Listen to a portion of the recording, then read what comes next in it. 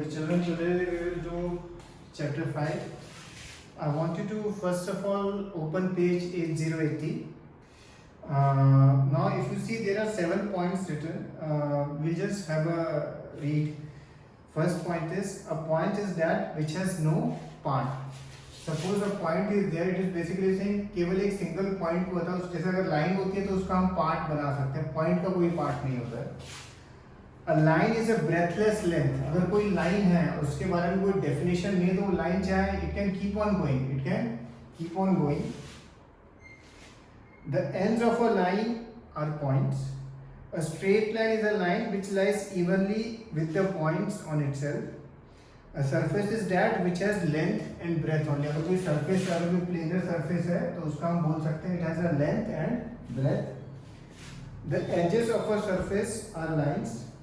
A plane surface is a surface which lies evenly with straight lines on in itself. ये 7 points हैं, ये आप लिखना अपनी नोटबुक में. बट जो एक मेन जो एक ये चैप्टर जो एक्चुअल में स्टार्ट होता है वो है यूक्लिड्स एक्सियम्स. वो कुछ फैक्ट्स हैं, कुछ स्टेटमेंट्स हैं जो बहुत ऑब्वियस हैं बट उसने उनको बस लिख के दिया है.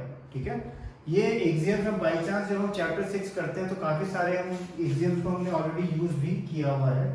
ये पेज 81 पे है और ये 7 एक्सियम्स हैं, ये आपको लिखनी है. फर्स्ट है things which are equal to the same thing are equal to one another. ये हमने कई बार यूज करी है एक्सियम, जैसे A B equal to B C, A C equal to B C, A B equal to B C, A C equal to B C. इससे हम क्या कंक्लूड करते हैं, A B equal to A C. Things equal to the same thing are equal to one another. Next है if equals are added to equals then the wholes are equal. मतलब suppose 2 equal to 2 है, 3 equal to 3 है. अगर हम जब इनको add करेंगे तो 2 plus 3 क्या होता है 5, 2 plus 3 5 and 5 will be equal to 5.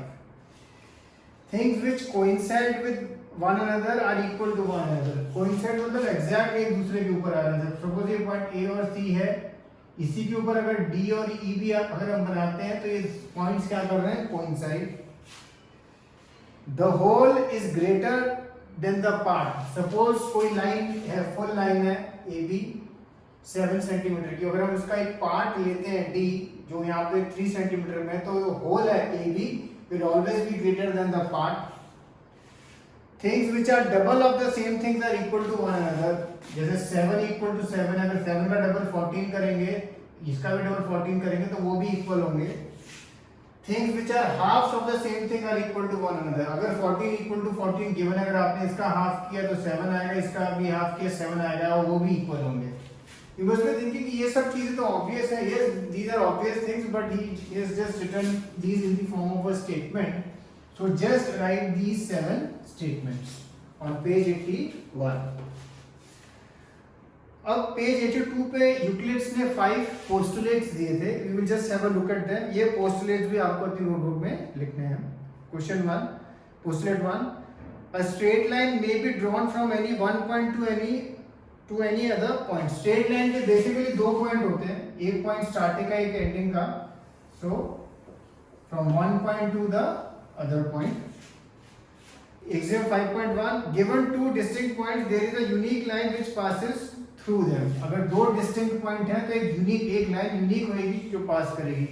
इसका मतलब क्या है, सपोज अगर केवल एक पॉइंट है तो एक पॉइंट के थ्रू एक लाइन, 2 लाइन, 3 लाइन, बहुत सारी लाइन बना सकते हैं. बट अगर 2 पॉइंट है, 2 पॉइंट के बीच में आप एक ही लाइन बना सकते हो, एक से ज्यादा लाइन नहीं बना सकते. A terminated line can be produced indefinitely. अगर कोई लाइन सपोज मैंने यहाँ बंद कर दी है, यहाँ पे अब ये खत्म है, पर अगर मैं चाहूँ इसको मैं आगे बढ़ा सकता हूँ. If I want I can increase this indefinitely. Again आपको ये सब चीजें लग रहा होगा these are but quite obvious. They are obvious but he has just written this in the form of statements. Postulate 3, a circle can be drawn with any center and any radius. हम कोई भी circle बना सकते हैं of any center and any radius. 1 centimetre, 2 centimetre, 1 kilometre, किसी भी उसका हम बना सकते हैं. That is our wish.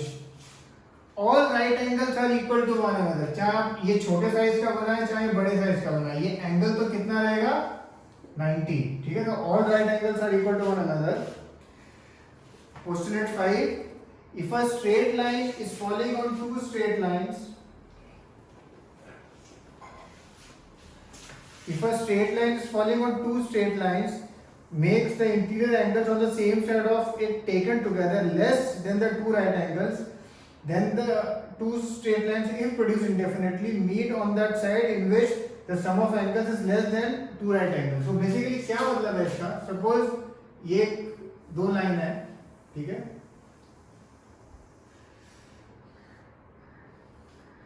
अगर ये और ये एंगल का sum is less than the sum of two right angles, अगर इस लाइन को हम एक्सटेंड करेंगे तो अल्टीमेटली जाके कहीं ना कहीं मिलेगी. That's what it means. ये वाली सेपरेट होती जाएंगी और ये मिल जाएंगे. तो सब अब ये 5 पोस्टुलेट्स लिखने. अब हम इस क्वेश्चन में देखते हैं, इस चैप्टर में देखते हैं जो सम्स है उनको लिखने का जो मेथड है वो थोड़ा सा डिफरेंट है, तो थोड़ा थ्योरी बेस्ड है. एग्जांपल 1 आप देखेंगे अभी. एग्जांपल 1, ठीक है, ये आपको फिर लिखना भी है. Okay, if A, B and C are 3 points on a line, B lies between A and C, then prove that AB plus BC is equal to AC. Obviously जब आप फिगर देखते हैं फर्स्ट इंस्टिंक्ट ऑब्वियसली हमें दिख रहा है AB plus BC equal to AC है, वो तो है ही, बट अब लिखना कैसे, अब आप ये देखिए. In the figure given above, AC coincides with AB plus BC. AC coincides with AB plus BC. Also, Euclid's axiom 4 says that things coincide with one another are equal to one another. So it can be deduced AB plus BC is equal to AC. ठीक है? तो ये जो पीछे की हमने अभी axioms देखी, जो 7 एग्जियम्स हमने देखी, तो उनको ऐसा सच आपको कोई लिखने को नहीं बोलेगा कि भाई राइट द 7 एग्जियम्स. बट जैसे ये सम है, इस सम में आपको एग्जियम ध्यान होनी चाहिए कि कोइंसाइड करने वाली. So that's how it they are used in the sum. Okay, so ये एग्जांपल 1 जो है पेज 83 पे ये आपको लिखना है. Typically normally chapter 2 to 3 marks का आता है और उसमें या तो इस तरह का एक सम आएगा या अभी हम आगे एक्सरसाइज के एक दो सम देखेंगे उस तरह का एक सम आता है. अब एक एग्जांपल 2 है, वो भी आपको करना है. लिखा है prove that an equilateral triangle can be constructed on any given line segment. इससे पहले हम प्रूफ देखें, इससे पहले एक चीज अगर आप देखें, सपोज ये लाइन सेगमेंट है, हमें इसका मालूम नहीं क्या है, 5 सेंटीमीटर 2 सेंटीमीटर नहीं मालूम, पर अगर हमें इक्विलेटरल ट्रायंगल बनाना है क्या करना है, बस यहाँ कंपास रखना, इतना खोलना, एक कट ऊपर, वही उतना ही रखिए, यहाँ पे रखना एक कट ऊपर, और ये आप जब ज्वाइन करेंगे तो ये ऑटोमेटिक इक्विलेटरल ट्रायंगल होगा. तो ये हम किसी भी लाइन के साथ हम ऐसा कर सकते हैं. क्या करना है, लाइन बनानी है, कंपास यहाँ रखना, ओके, जो कंपास होता है, और इतना रेडियस लेके कट, और फिर यहाँ पे रखना, अगेन सेम ही रेडियस लेके कट, और फिर बस ज्वाइन कर देना. ओके, तो क्वेश्चन है ये, prove that an equilateral triangle can be constructed on any given line segment.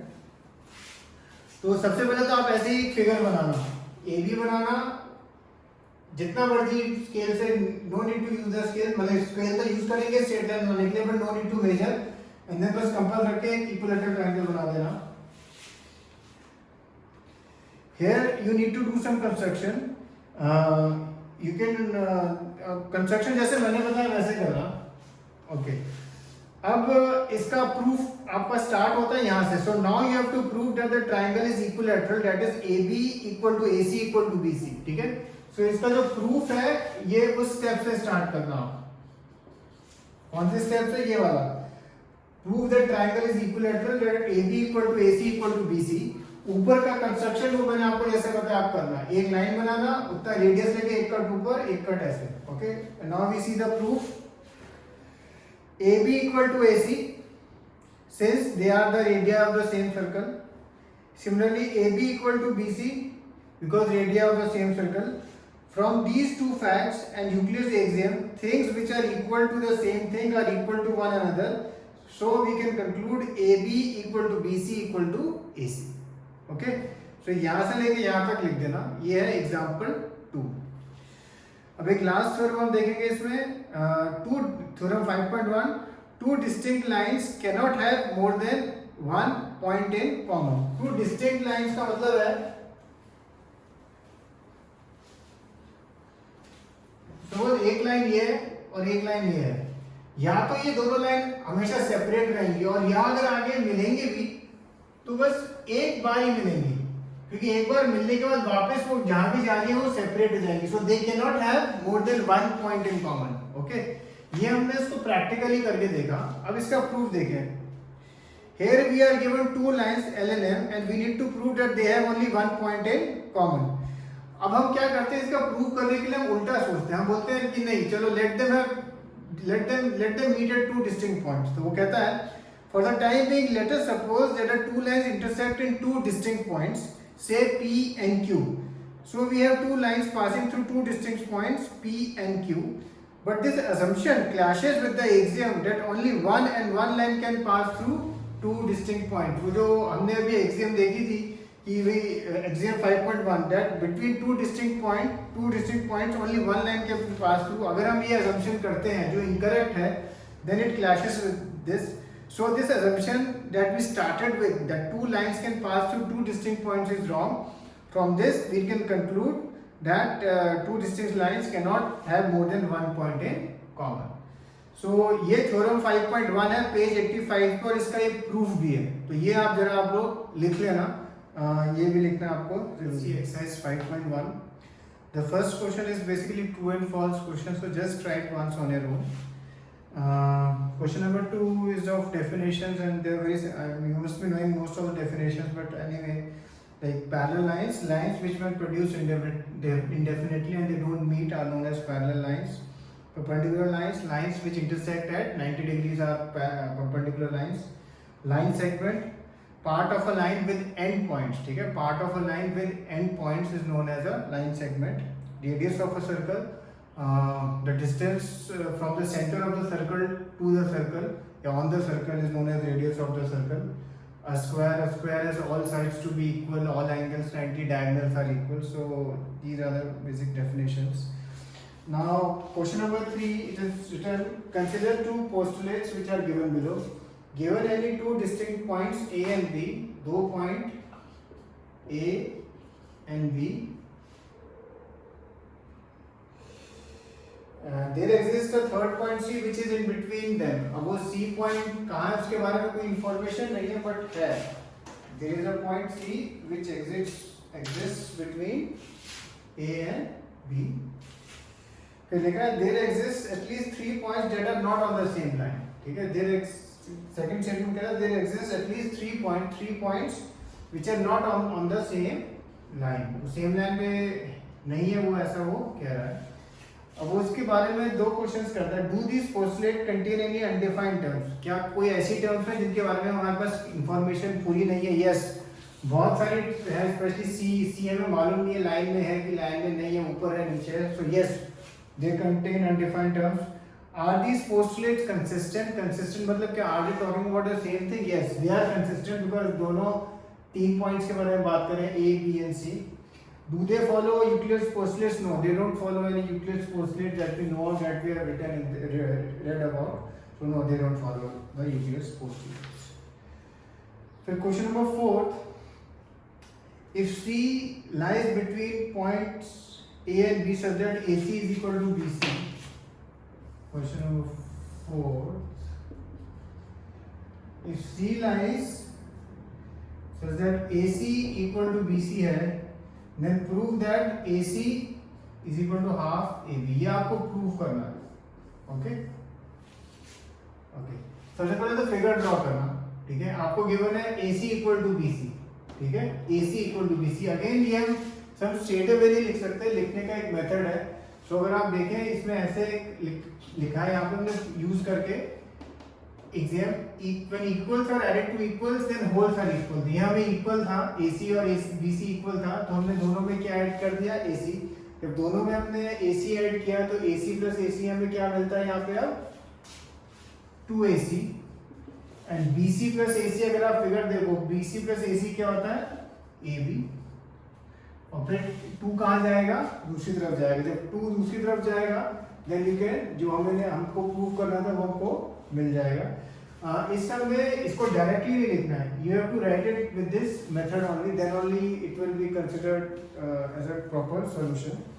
And इसमें जब आप यहाँ पे भी आप एक चीज लिख सकते हैं, BC plus AC gives AB, और फिर AC is equal to half AB. Okay, तो दिस इज क्वेश्चन नंबर 4. अब क्वेश्चन नंबर 5 देखते हैं.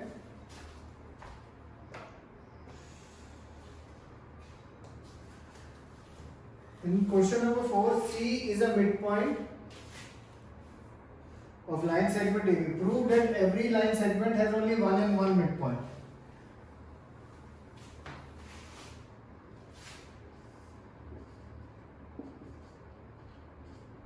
हमें गिवन है कि C is a midpoint of AB. और वो कह रहा है प्रूव करो कि किसी भी लाइन का एक ही मिडपॉइंट हो सकता है, एक से ज्यादा नहीं हो सकता. तो हम कहते हैं एक D बनाते हैं.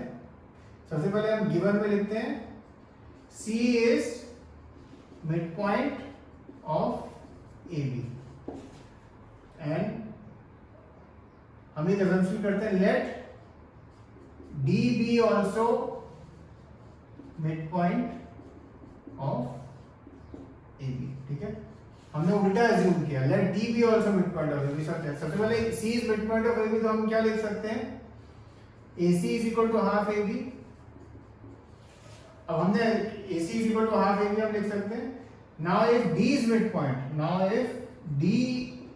midpoint of AB जो हमने assume किया है, then we can write AD is half of AB.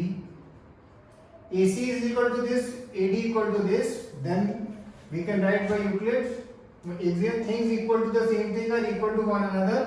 तो आपको क्या मिलता है AC is equal to AD. And if AC equal to AD, that means point C and D coincide. Therefore, any line can have only one and one midpoint. Okay? ये question number 5 है. आपको लग रहा होगा इस chapter की जो solutions है वो काफी ऑब्वियस है. वो है ऑब्वियस है, but we have to write them properly. Okay,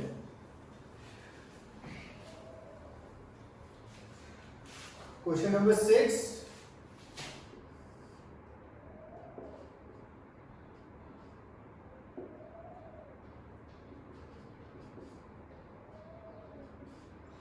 आपको गिवन है AC इक्वल टू BD, ये गिवन है, और आपको प्रूव करना है AB इक्वल टू CD. ये आपको प्रूव करना है. AB इक्वल टू CD आपको प्रूव करना है. अगर आप देखो AC किसका बनता है AB प्लस BC. BD किसका बनता है BC प्लस CD. अब इसमें से हम क्या सब्ट्रैक्ट कर सकते हैं from both sides? Subtracting equals from equals. क्या लिख देंगे? Subtracting equals from equals. तो क्या मिल जाएगा आपको? AB equal to CD. वही आपको प्रूव करना. Question 7. Why is axiom 5 in the list of Euclid's axiom considered a universal truth? Axiom 5 of Euclid's, the whole is greater than the part. Why is considered a universal truth? Because हर एक चीज के लिए valid है कि भाई हमेशा जो whole है it will always be greater than part of anything. Okay, so finish this exercise 5.1.